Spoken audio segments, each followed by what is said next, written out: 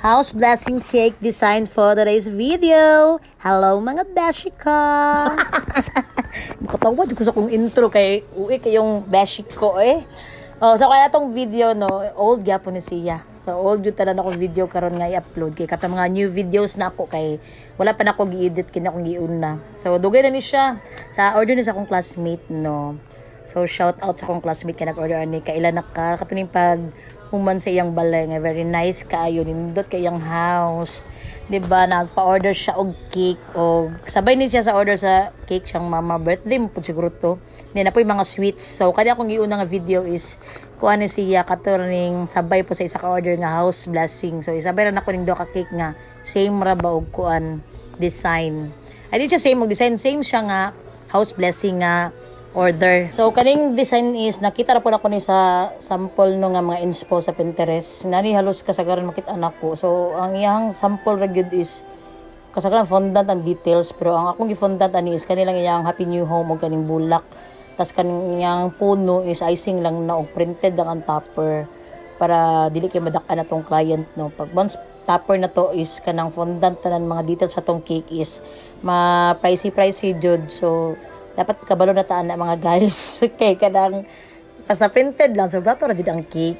Kay dili man siya hago, dito ra man siya print, dito print na, dito na ikaw na lang mo gunting anak niya. Pag once fondant details mo gudang ito ang mga cake is hindot gid ang natong cake. Hindot siya pero pricey jud siya. No, 'di ba? No, next cake is katuning kuan sa akong client na taga Mahayag. Ano po, hindot pud yang balay uy. So nagpa-house blessing po siya no. So ang iyang sample ani nga inspo is siya rin nag-send ani.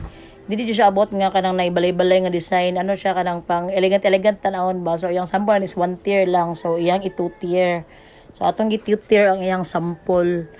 Ani siya o nindot po siya kay wala siya kanang beige color. And then kining mga gold leaf nga topper niya is kana ako rin naghimuan ni. So nakoy gold ri nga pinalit nga papel nga para ako na lang mo himo kay kung palit ka atong gold leaf gani nga baligya nga mga topper is pricey to siya. Sayang po may pag ikaw na maghimo kay para daghan na kag mahimo sa isa ka page nimo, isa ka ano ba? O isa ka page na kay mga leaf gold leaf nga mahimo ato. Pagkag isa ka balot nga gold nga kuan, metallic gold nga papel.